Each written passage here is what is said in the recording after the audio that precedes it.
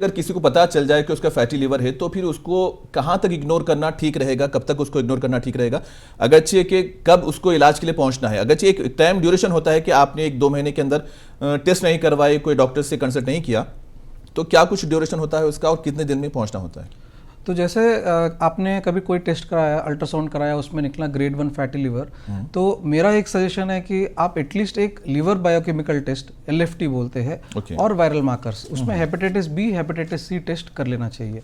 Suppose ये normal है तो आप अपने आप खुद असेस कर सकते हो कि आपका वेट ओवरवेट है या नहीं। नॉर्मली हमारा हाइट जितना भी है उसको हम सेंटीमीटर्स में सपोज कन्वर्ट करें, -100 हमारा आइडियल वेट है। सपोज मेरा 178 सेंटीमीटर्स हाइट है, तो मेरा आइडियल वेट 78 kg होना चाहिए।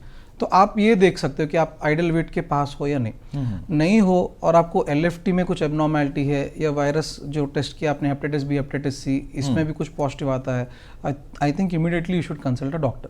वरना फैटी लिवर है तो इमीडिएटली मैं डॉक्टर के पास जाने के लिए नहीं बोलूंगा, बट एटलीस्ट एक LFT तो डेफिनेटली करके देखना चाहिए आप। ओके। तो मतलब जो ये जो सिम्टम्स होते हैं सर, ये वक्त के साथ फैलते हैं या फिर बीमारी के साथ साथ ये जाहिर होने लगते हैं? तो ये टाइम लगता है। सो ग्रेड 1 फैटी लिवर बहुत साइलेंट रहता है, 10 इयर्स तक साइलेंट रहता है, सडनली लिवर सिरोसिस में आ जाता है। और आजकल तो थोड़ा ऐसे भी केसेस देखे हैं जिसमें डायरेक्टली लिवर कैंसर आने लगा है। जनरली सिरोसिस आने के बाद लिवर कैंसर आता है, बट ये जल्दी लिवर कैंसर आ रहा है non alcoholic fatty liver disease में। तो टाइम लगता है, इसलिए वो गैप पीरियड अच्छा है। अगर हमको पहले पता लग गया तो डेफिनेटली रिवर्सिबल है। तो सर अब हम इसके इलाज पर आएंगे, क्या कुछ ट्रीटमेंट हो सकता है इसका?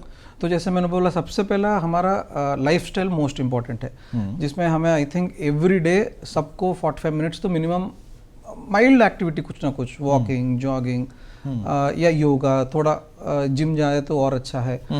तो ऐसा ट्रेनिंग डेफिनेटली करना चाहिए।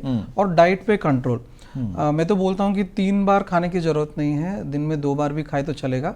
ऑफ कोर्स अगर आप बहुत लेबोरियस वर्क कर रहे हैं, हेवी वर्क कर रहे हैं, तो आप ठीक है 3 बार खाए तो चलेगा।